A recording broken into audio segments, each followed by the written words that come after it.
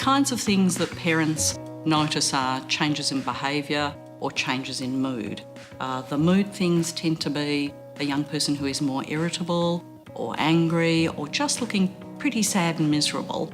And the behavioural changes relate to just not participating in life the way that they would expect their young person to. The important bit about these changes is that they tend to be persistent, meaning going on for weeks and weeks, rather than just a couple of days or just related to an obvious stressful event like an exam. The most common mental health problems that young people experience are depression, anxiety, and also substance use disorders. And we know that in any given year, about 1 in 4 young people will experience difficulty with one of these or maybe more than one of these problems. But there are other things as well which have a big impact on mental health. So experiencing bullying or being ostracised from peer groups is one of the big ones. Concerned about body image and how they present and look to others and to themselves is a big one as well. Stress related to school and worry about how school is going. Relationships is a huge issue, and I think it's an underlying theme in many or most of the mental health difficulties that we see. Try and be calm and non-judgmental and non-blaming, because that's the thing that worries a young person. Tell a young person what you've noticed. If, say, I noticed that you're not your usual self, I noticed you're spending a lot of time in your room. It might take a few goes before someone's willing to open up. Sometimes it can really work then, rather than sitting down and looking face to face, that it's in a shared activity when you go for a walk or in the car, so it's not too confrontational. It's important for parents to be informed about what's out there and then to think about what might be the most appropriate service for them and their young person.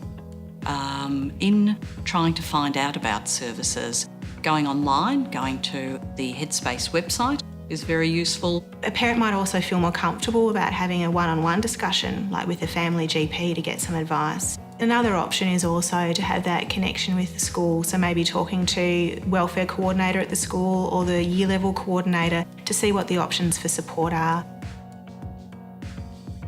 Many young people are reluctant to get help. They're worried about what will their friends think, what will happen when they go there, who will they see, are they going to have to be on tablets? It's important sometimes to understand what's that reluctance about, and is there a way that they can seek help that works for them. It can be challenging if a parent really thinks that the young person doesn't want help and they know that they need some additional support.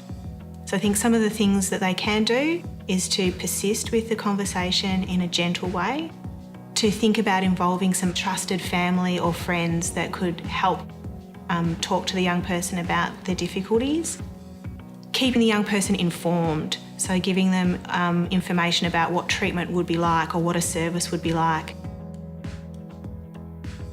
The counsellor will talk to the young person and get their view, will want to talk to the parents, and also often want to talk to the school to get that overall holistic picture of how's this young person tracking, obviously with the young person and parents' permission.